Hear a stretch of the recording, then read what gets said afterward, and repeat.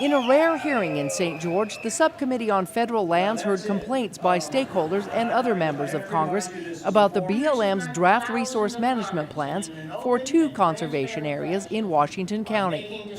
What we are hearing, loud and clear, is that these draft plans would dramatically restrict the public's right to the full range of uses that they were promised, including a local transportation corridor, motorized recreation, grazing, and other activities.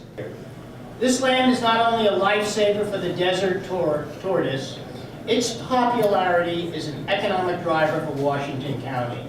The Omnibus Public Lands Management Act of 2009 contains several provisions related to the management of public lands here in Washington County. Local leaders said they were left out of the planning process.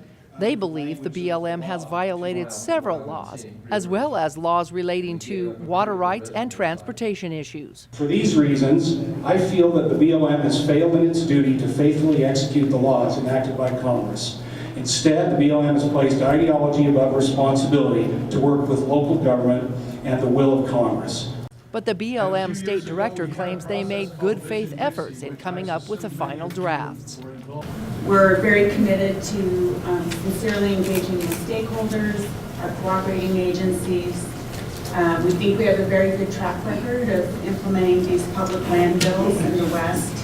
Former Utah Attorney General Paul Van Dam supports the BLM draft plans and said this is a problem unique to Utah. I can tell you that Utah has its own particular attitude, particularly about the government, and it manifests it in a much more powerful way than in other states. Representatives from other states, however, agreed that this is not just a Utah problem. I see there's a lot of issues, especially with BLM across the country, and it's creating a bad environment. And nowhere in the Constitution is there any mention of the Bureau of Land Management, let alone any authority to rule on what Congress can or cannot do.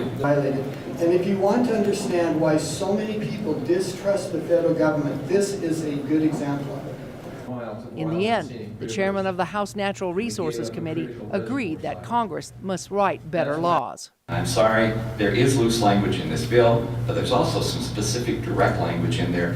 BLM has not actually followed through. So we want you to look at the most recent language and obey the language, and I'm going to tell you once again, I think you need to start this process over. You have 4 alternatives, none of which meet the letter of the law. I don't think it should be scrapped and start all over.